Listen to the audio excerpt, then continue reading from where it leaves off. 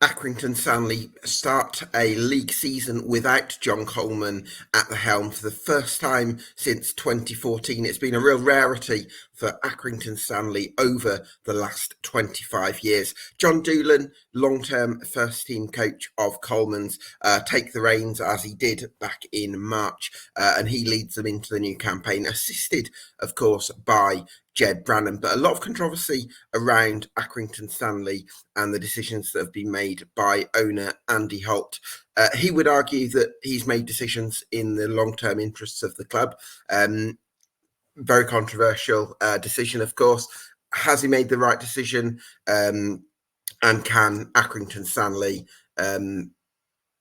start to build again and create another odds-defying era? That's what we're going to be discussing ahead of the new season on this Summer Deep Dive.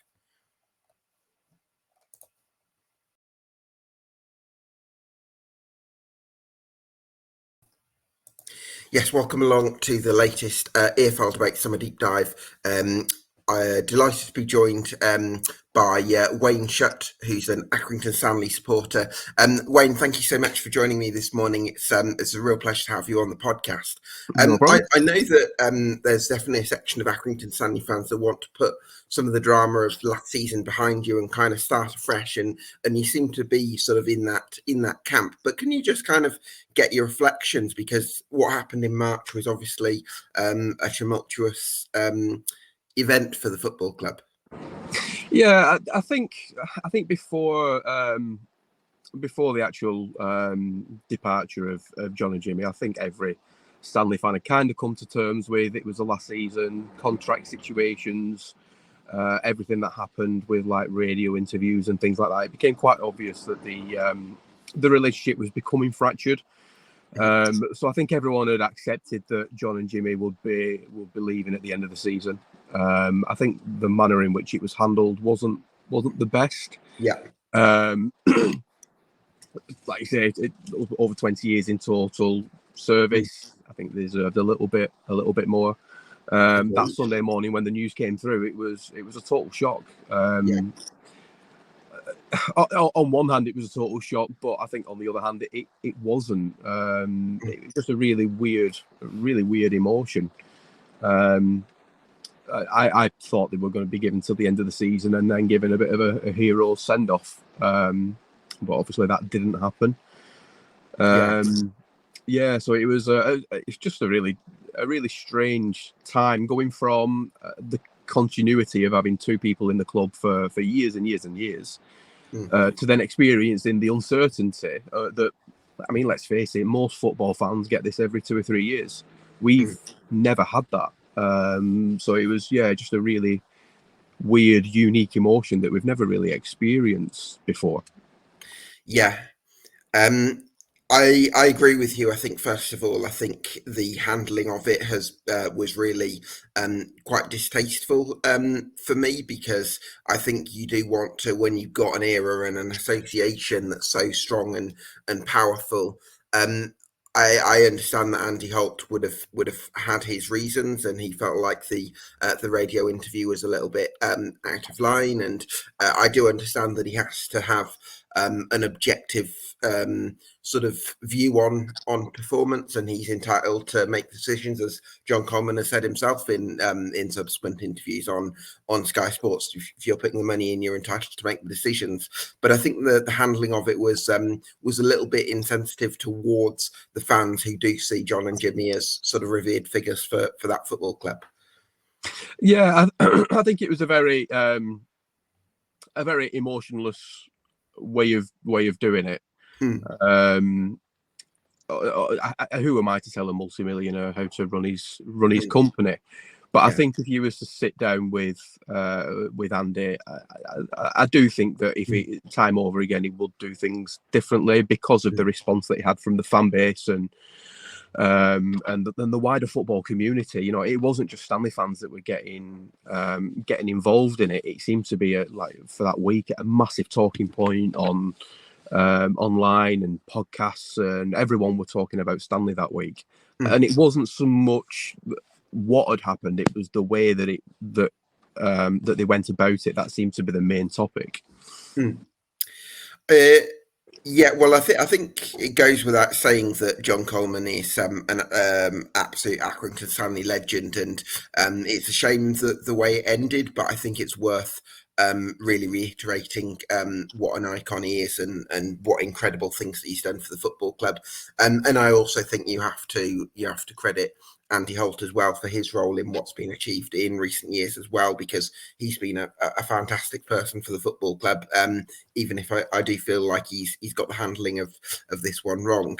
But I suppose life does go on, and we do have to look forward. And I guess one thing that really excites me, I'll come on to John Doolan in a minute, but poaching Ged Brannan from Morecambe is one that really excites me as an assistant, because I actually quite liked the way his Morecambe side played. I like some of his ideas, and I think getting him on board, I think he's a very open people person, and I'm thinking that he could really complement John Doolan, who seems a bit more.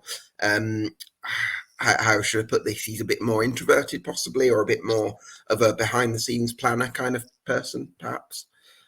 Yeah, I mean, it was a bit of a masterstroke getting Ged back on board. Obviously, he'd not been at Morecambe long, but he'd achieved quite a bit with what was available to him. Obviously, they've got quite a lot going on in the background, and I'm sure it's very difficult to do his job with all the uncertainty going around.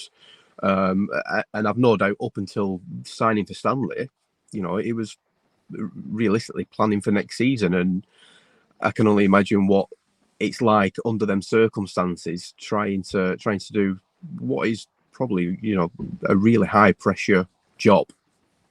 So yeah, getting Ged back in. I've seen the way that the under-23s used to play at Stanley before he left for Morecambe, and that was always a very attacking-minded setup, scoring a lot of goals through players that we have available now, so he knows them inside out. He's worked with a lot of the players that we've currently got that have come through the youth setup. Well, both of them have. Both John and Ged have done that. So I suppose with everything that happened last season, what we have at the moment is probably for the club the best result to come from it with the two people that we've now got in charge. There was a few names that were flying about.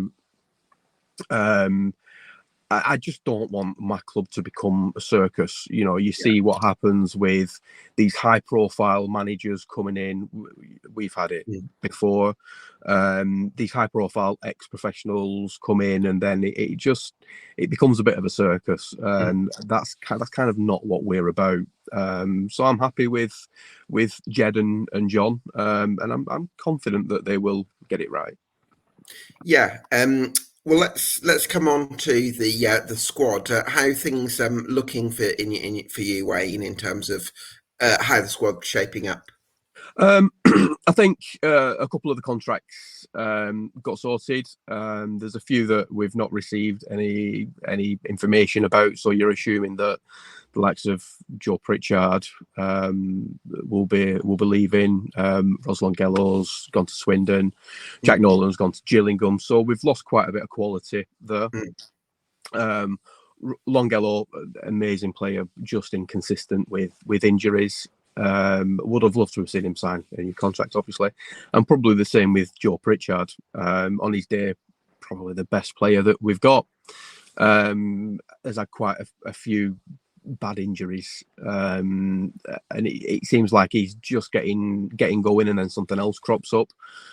So them three players in themselves will be a huge miss, and it's quite a big void to fill in terms of quality on the wings. We've brought in Walton from Southport. Seems to have done well with them on the right, so that would replace the right wing position. Sure. In my opinion, I think we need a centre half, a left back, and a left winger. Last year we really struggled for goals. A lot of the a lot of our goals, 17 goals in total, came from Jack Nolan, who's now left. Mm. Replacing 17 goals in a season is a nearly impossible job. Sure. And then, you know, John and Ged have brought in the two lads from Boston United, who between the two of them have scored 40. Obviously, it's a big step up from Boston to Accrington Stanley. Mm. But if they can achieve half of what they achieved at Boston together, 20 goals between them in a season, that's what we were missing, goals from our attacking positions last year.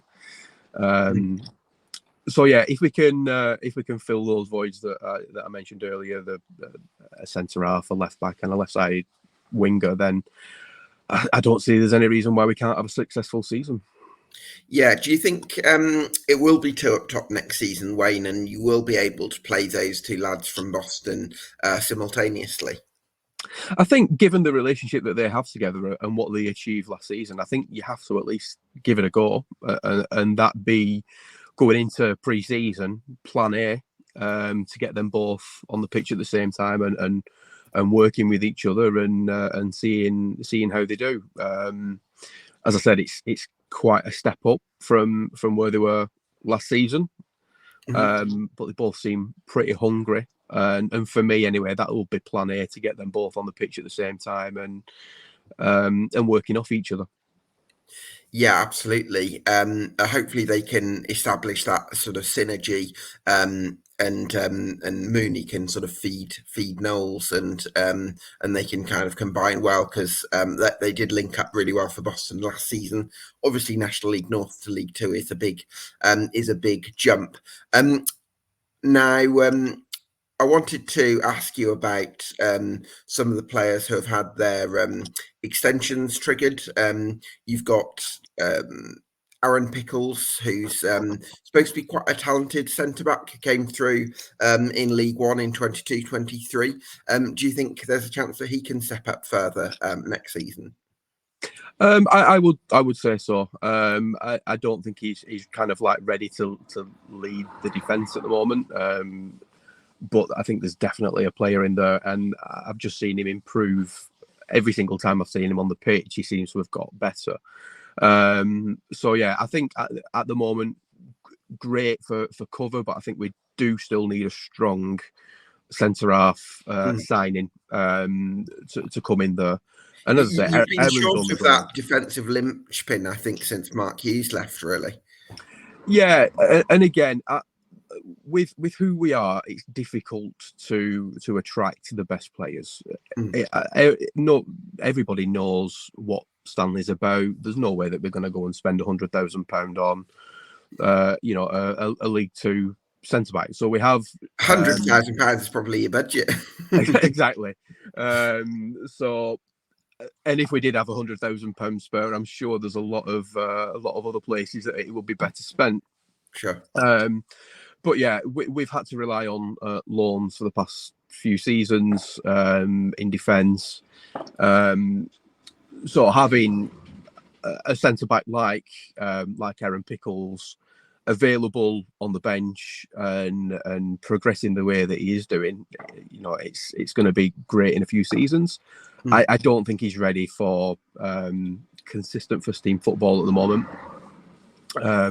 But it'd be good to see him, get game time and continue to improve as he has done. Yeah, I think last season was a good one for the academy, because you had Dan Martin coming into the side, and also Alex Henderson, who I believe is one of the Aki Ultras himself. Used to go to all the away games, and very dedicated Stanley fan. So it's good to have someone who's an Accrington Stanley fan actually playing for the club. Adds to the sort of the romance of it all. Yeah, it's the same with Conor O'Brien as well, a right back. He's an Aki lad. They know what the club's about. They know what's expected of them, and you can just see it in the way that they play, the passion that they show. And you don't necessarily get that with lads that you bring in on loan or that you sign later on in the career. The lads that have come through the youth setup. And again, they've worked with John and Ged for years. So the fact that they've all, committed the futures to Stanley is great.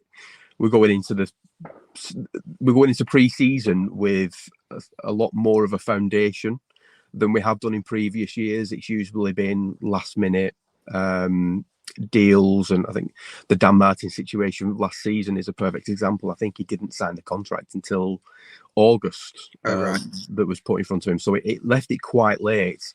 Whereas now the retain list came out pretty quickly after the end of the season. Everybody knew where they stood. We knew what targets were required. The conversations were had with the players that were outgoing, the likes of Sean McConville and Matt Law, who have left at the end of the contracts. So yeah, going into the summer knowing what was required is not really usually the way that we do it. So it'd be interesting to see how that materialises with the targets that I'm sure they've identified. Obviously, we've got I think we brought 4 in at the moment: a right back, 2 strikers, and a goalkeeper. And here we are, not even the end of June, and we've replaced some of the outgoing players. So yeah, that foundation of getting these 4 signings in early on, it means we're not scrambling around in late July, August, looking for replacements for people that we knew were leaving at the end of the contracts the previous season. Yeah, that makes sense. So quite good from a preparation point of view, which is very encouraging. I wanted to ask you about Rich Bagley, because I know you mentioned that you're after a centre half, and ideally an experienced figure, which you've not had for about 3 years. But and Rich Bagley has had his injury problems, I think, since joining. Do you think he can shake those off this season and possibly bring his game up another level? I would hope so. It was the beginning of the 22-23 season. He received a quite bad ACL injury, which we all know a lot of players don't come back from those types of injuries ever the same. Jay was immense before the injury. Such a good player. Didn't see any reason why he couldn't get the call up to the Australia squad for their internationals, and then had the injury setback, sat out the vast majority of that season. We did see him a couple of times last season. He seemed to struggle with it, and was injured quite a bit last season as well. So hopefully he's had time to get over that injury and rehabilitate it, and can come back at the beginning of the season and put a full pre-season in. Up and get up to speed, and just a great player, just a really good, strong centre half, built like an ox, and just the strength that he has. He's probably one of the best attributes that he provides, and I can really see him getting a good season behind him, and he's one of those with the potential to kick on from Stanley. Yeah, well, hopefully he can do that. Always tough to recover from an ACL, like you say, but hopefully he can bounce back.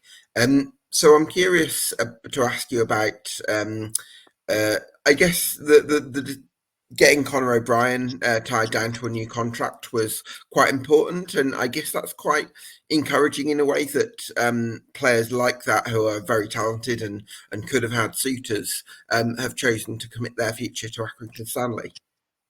Yeah, definitely. Conor came in the end of not last season, the season before, made his debut on the last game of the season against Oxford, and was immense from the get-go. Came in last season, I think he's on now 30 odd games. At 19 years old, he's some going, and he's never looked out of place. He's always looked like he's deserved to be a good footballing brain. strong, fast, and will put a shift in for you every single game. And again, that comes from working with John and Ged and coming through the academy, and that mentality being instilled in them from the get-go. But yeah, he's done really well. Yeah, absolutely. Do you think he'll be playing as a sort of classic right back under John Doolan rather than, because sometimes under John Coleman you'd gone with wing backs towards the end of his tenure? Do you think he'll be a back four? I would hope so. I've never really seen us with a back three and wing backs and thought, yeah, that really works and does well. Obviously a different set of players coming in, but I would hope personally that it's a back four. It's just where I've seen the most success come from us. Yeah, certainly. If you think of the 15-16 side, that was, I think, 4-2-3-1 with Windass behind, or the 4-4-2 of the 17-18 side, it's tended to be back four. Sean Wally's been offered a new deal, and I guess he was one who maybe surprised a few people last season because he had a few doubters after a difficult season in League One. Again, Sean Wally's another one that will always put a shift in and fit. You know, it will run and run and run and run for 90 minutes. I'm so glad that he signed. With the youth that's coming through, you do need that experience when things get tough to be able to lead the younger lads, and Sean Wally's perfect for that. We have lost a bit of experience with the likes of McConville leaving at the end of his contract. So with Sean Wally and James Keneally giving us another year, that will hopefully be invaluable going forward, because we are putting a lot more trust in youth at the moment. Yeah, absolutely. How many more additions do you think you're going to be looking at then, Wayne, between now and the end of the window? As I said, I think we need a centre half, a left back, and a left winger. So I would say at least 3. Obviously, you're hoping to add a bit of depth to that as well. I'm sure they've got the targets, and I'm sure they're actually working on it as we speak. Yeah, absolutely. Are you hoping that you'll be able to promote from the academy next season as well, and bring some of those younger lads that you've spoken about through? Yeah, the facilities that we have at Stanley are great. For such a little club, the training facilities, the youth setup, the community trust, it's all there now. The foundation to be able to bring these young lads through. They've got projects in Manchester, for example, where lads are coming from all over the country and training there. So a lot of investment has been made into the youth setup. And again, as I said earlier, we're not going to go out and spend £100,000 on individual players. If we can bring in 1 or 2 per season from the academy that then go on to kick on into the first team, that will just be a massive achievement. And I think that's the model that they're looking at the moment, because it's the most sustainable one. Yeah, absolutely. Are you quite encouraged by the number of appointments that are being made behind the scenes from the point of view of sports science and recruitment and things like that? Yeah, I think to a certain extent the game has maybe overtaken us a little bit over the last few seasons. For example, last season, the season before, any team coming to Stanley with huge budgets, they've got a coach full of behind the scenes staff. When we go away, we've got a kit man and a couple of physios. That analysis is something that needs to be done. The sports science, the nutrition, and things like that, to bring us back up to the standard of the rest of the league. And again, that's stuff that is being done behind the scenes. That investment in nutritionists and sports science and things like that is something that's now being taken probably a little bit more seriously than it was under the previous management.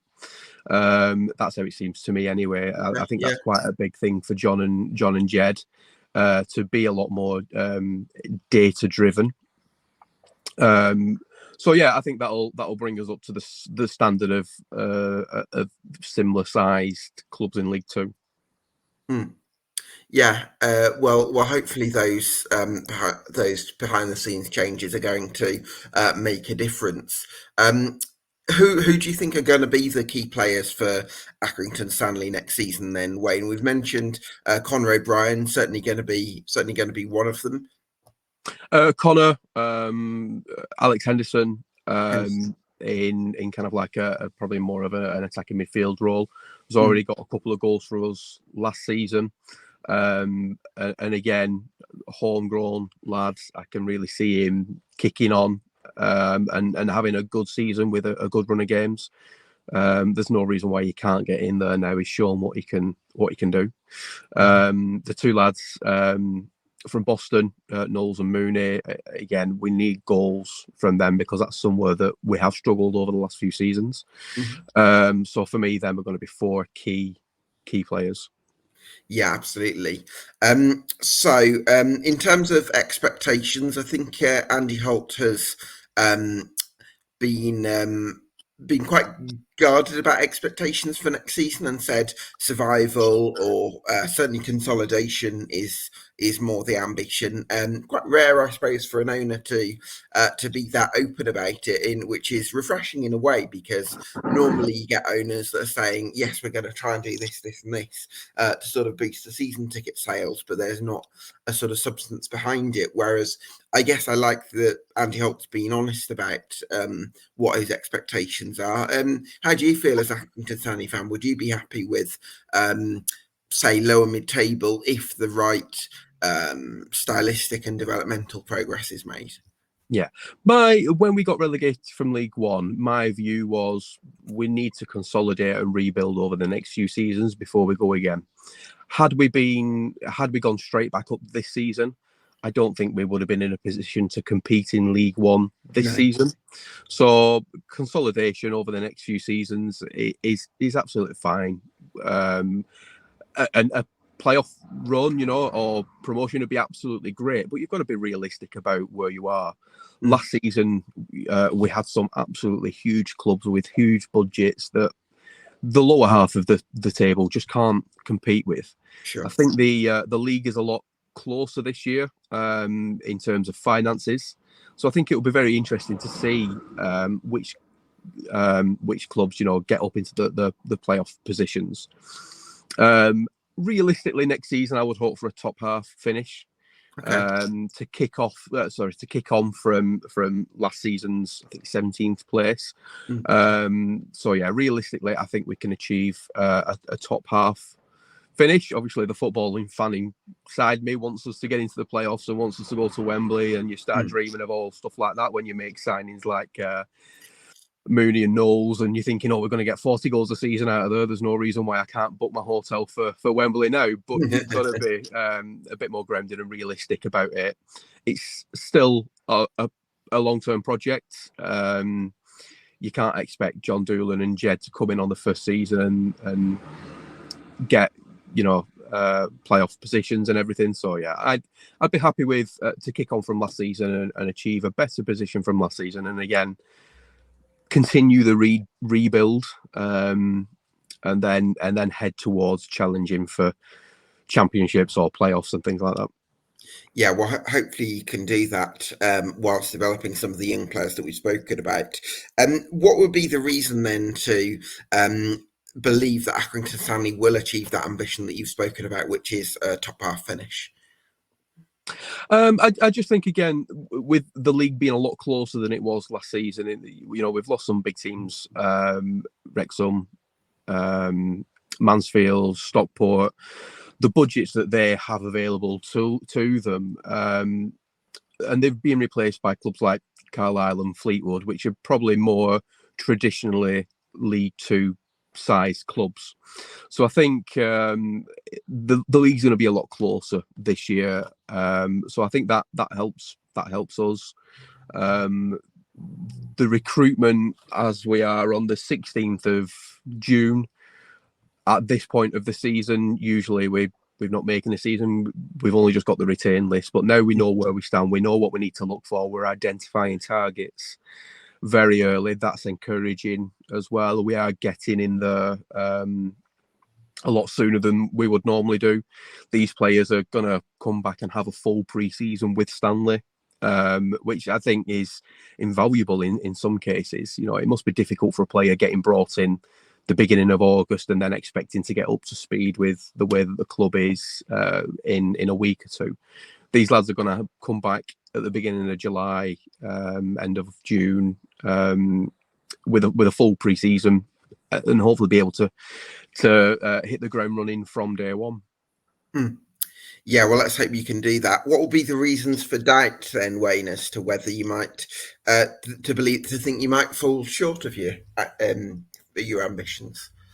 The inexperience of Ged. Obviously, he's been an assistant, but it's a completely different kettle of fish when you're the main man. I think personally he will do okay, but if any doubts were to creep in, I would think it's that. But I do believe he will make a success of it.